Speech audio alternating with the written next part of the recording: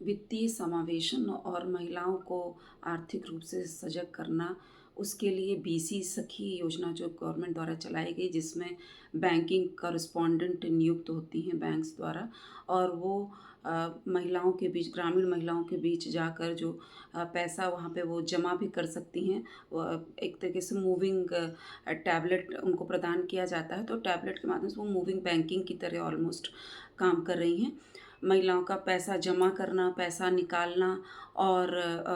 वित्तीय लेन-देन जो डिजिटल किस तरीके से ट्रांज़ैक्शन हो सकता है, तो एक तरीके से डिजिटली एम्पावर भी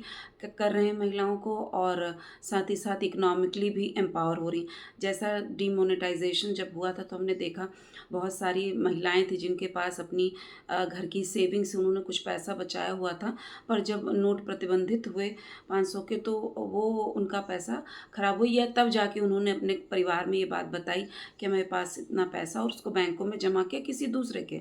अब महिलाओं को बैंकिंग सेक्टर से सीधे-सीधे जोड़ने के लिए ये बीसी सखी योजना जो 2020 में चलाई गई, जिसमें 58,000 से ज़्यादा बीसी सखी नियुक्त हो चुकी, तो ये बहुत अच्छा सराहनीय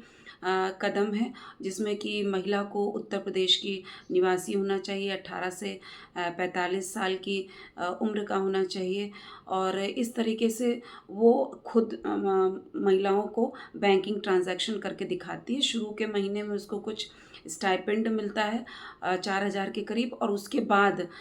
उस कमीशन बेस पे उसका काम करती हैं। तो इस तरीके से वो जितना काम करेंगी उनको उतना कमीशन मिलेगा। इसी तरीके से गवर्नमेंट ने, यूपी गवर्नमेंट ने दुग्ध क्षेत्र में दुग्ध संग्रह के माध्यम से, नंद बाबा डेयरी योजना के माध्यम से, महिला सामर्थ्य योजना के माध्यम से दुग्ध का संग्रह कर रही, डेयरी खोलने के लिए महिलाओं को सहायता दे रही हैं। जैसे 25 गायों की डेयरी तो खुल सकती है, और मिनी अगर खोलें तो 10 गायों की भी डेयरी खोल सकते हैं। और किस तरीके से उनको वेटनरी डॉक्टर्स भी प्रोवाइड किए जा सकते हैं। तो डेयरी उद्योग में महिलाओं की सहभागिता बढ़ाना, हम जानते हैं कि महिलाएं डेयरी उद्योग में अपने घर में कार्य करती थीं, पर उसका उनको प्रतिफल नहीं मिलता था, यानी जो आर्थिक लाभ नहीं मिल पाता था, पर डायरेक्ट इनकम बेनिफिशरी की तरह जोड़ने के लिए सरकार ने विभिन्न कार्य किए हैं। और सब्सिडी 50% तक सब्सिडी अगर हम देखें तो नंद बाबा डेयरी मिशन के माध्यम से दी जा रही है, और नंदिनी कृषक समृद्धि योजना के माध्यम से भी वित्तीय सहायता दे रहे हैं। मुख्यमंत्री महिला सामर्थ्य योजना सरकार को